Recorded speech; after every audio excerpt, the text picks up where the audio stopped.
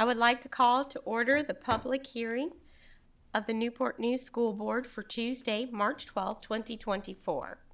On behalf of the members of the school board and the superintendent, I welcome each of you present and watching. A quorum is present to transact the business of the school division. We do have one member of the school board who wishes to participate in our meeting electronically.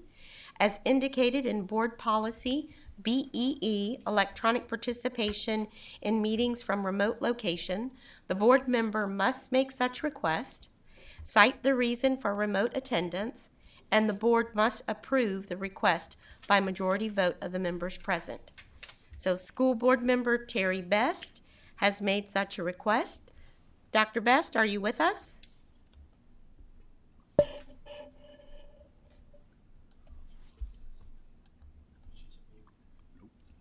She's muted. She was earlier. She's muted. Dr. Best, are you with us? Stage fright.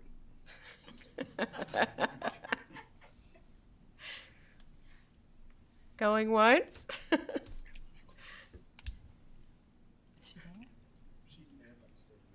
Muted. Can you see her face? Okay. She texted me. Let me see if I can contact her real quick.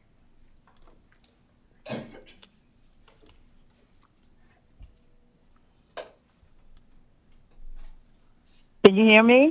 Yes, I can now. So the last portion is that for you to join, we need you to share with us your request to join remotely. Yes, good evening. I am respectfully requesting to join the meeting remotely because I have to take care of some family business out of town and unable to be present there today. Thank you. So thank you. Hearing Dr. Best's request, what is the pleasure of the board? Do I have a motion? Yes, Madam Chair. I would like to make a motion to extend this privilege to the Vice Chair. Do I have a second? Second. Any discussion? Please call the roll. Ms. Amon? For that, I'm sorry, Mr. Brown? 4. Mr. Harris? 4. Mr. Hunter? 4. Mrs. Searles Law? 4. Motion carries 5-0. Okay, thank you so much. So we will begin tonight's meeting with the pledge to the flag. Mr. Hunter, since you are with us tonight, would you please do the honors? Yes, can we all please stand? Please face the flag. I pledge allegiance to the flag of the United States of America and to the republic for which it stands, One nation, under God, indivisible, with liberty and justice for all. You all may be seated. Nicely done. Thank you.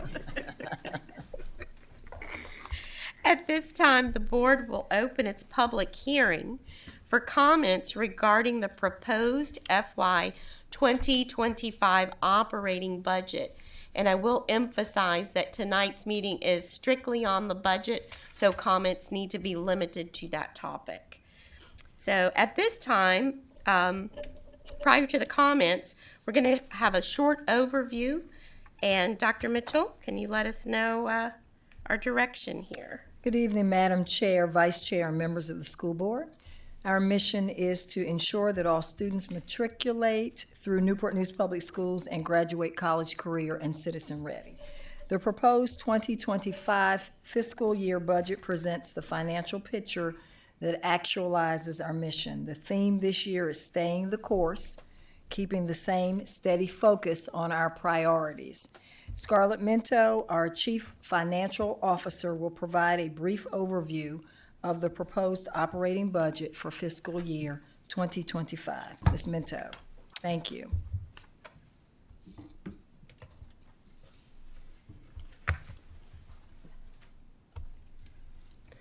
Good evening, Madam Chair, Madam Co-Chair, members of the board, and Dr. Mitchell. It is my pleasure to provide a brief overview of the superintendent's proposed budget we presented to the school board on March 4th.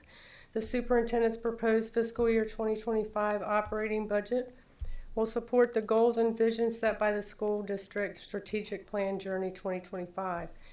These are the budget drivers for 2025 as we stay the course. This spending plan supports all the current programs and staffing required to continue accelerated learning, address attendance challenges, maintain our student and staff supports, professional development, youth development, and family engagement.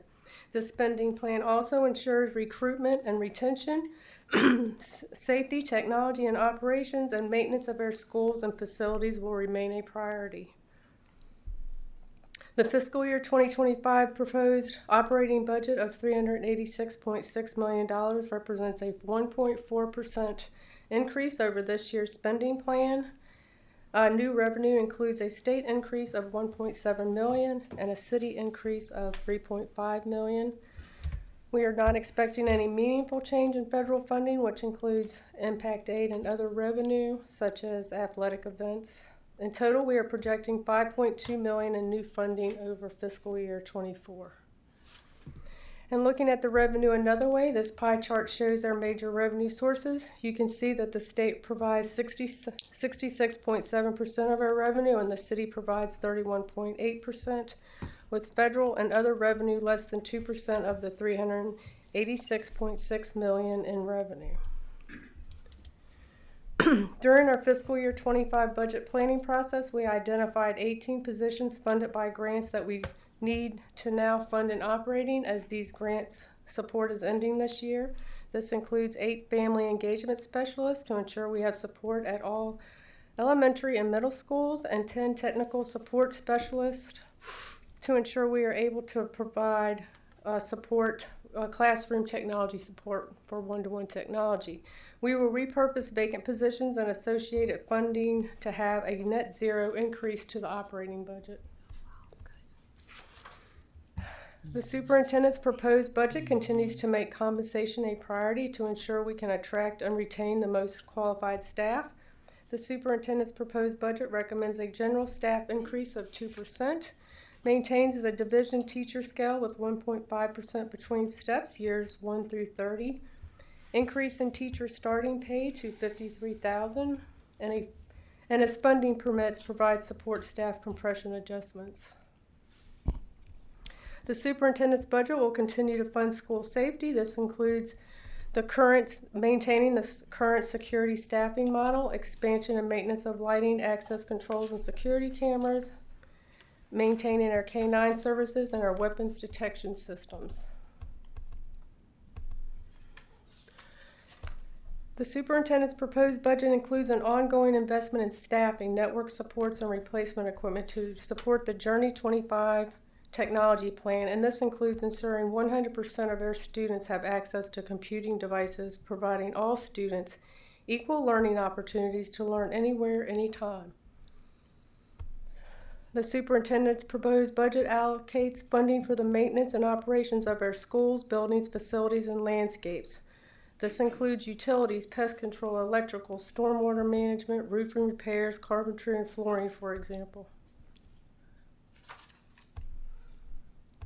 For fiscal year 25, we expect an increase in healthcare costs of up to just over 13%. However, we are working to reduce this cost through plan design and other health plan options.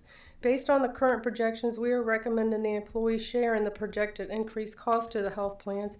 However, this is something we will fine-tune later in the year prior to our 2025 enrollment process. These are our operating expenditures, with salaries and benefits making up $337.8 million, or 87% of the superintendent's proposed budget, and $48.8 million, or 13% for all non-personnel related expenditures. This visual shows the proposed budget by function. Instructional services is the largest part of our budget, 70.8%, or $273.6 million for fiscal year 25. The next biggest slice, 10.7%, or $41.4 million, is operations and maintenance, which includes plant services, custodial services, security, and warehouse services. Technology is $17.4 million, or 4.5%. The next steps for the superintendent's proposed tonight is our public hearing. On March 19th, we will seek school board approval of the superintendent's proposed fiscal year 2025 budget. If the public has additional questions, suggestions, or comments, they may go to this operating budget link shown here and select the budget feedback form. Thank you, and this concludes our brief overview of the superintendent's proposed budget for fiscal year 2025. Thank you, Ms. Mentos. Appreciate your time. So the board considers this an opportunity to listen to your comments and will consider your concerns in its deliberations. We ask that you comply with our 3-minute time limit so that all persons who desire to comment may have an opportunity to do so. As you begin your comments, a green light will come on, a yellow light signals that you have 30 seconds remaining, and a red light beep indicates your time is up. I want to make sure that everyone has gotten a comment card who would like to comment. So thank you very much for adhering to our guidelines. And as your name is called, would you please come forward? I have Paul Crawford. Paul Crawford.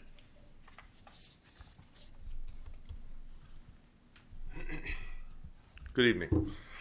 My name is Paul Crawford. I'm a carpenter in plant services.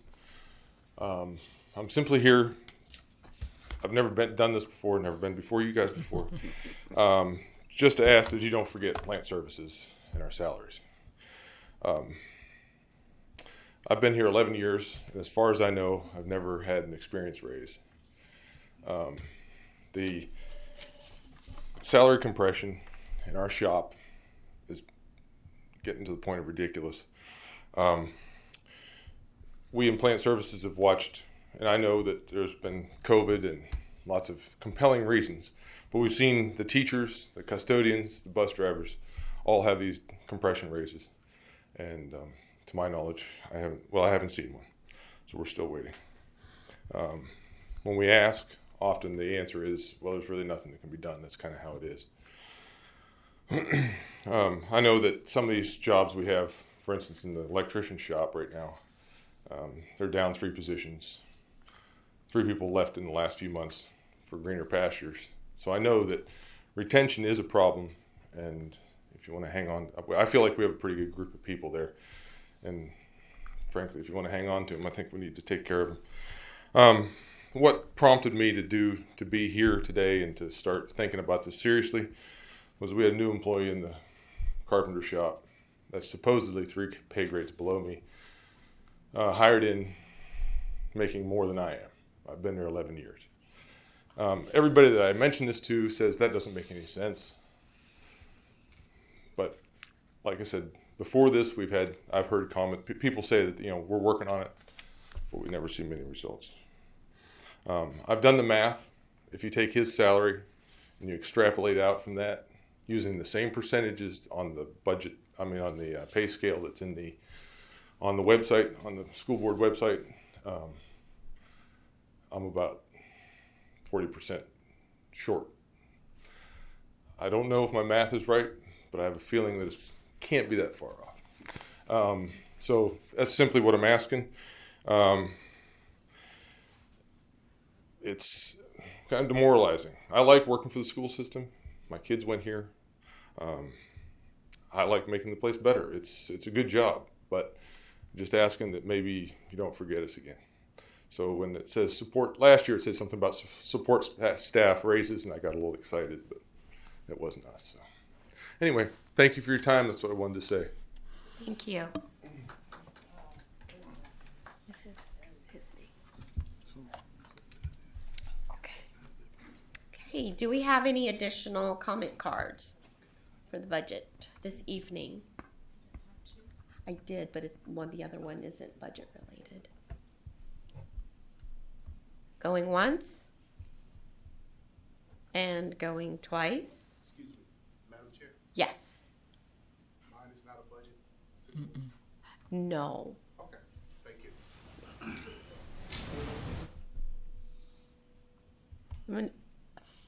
Unless the request is that it be included in the budget, that's not the way it was written. Okay. All right. Come forward then. Yes, go ahead. Good evening. Good evening. My name is Dr. James Graves, NNEA president. It's been brought to our attention that most of our schools need additional AEDs in the high schools and the middle schools. From what I've been told, that this AED, like from here, you have to run by Tar Stadium and get it and come back. I'm just exaggerating, but you have to walk a long way to get to the AED and come back.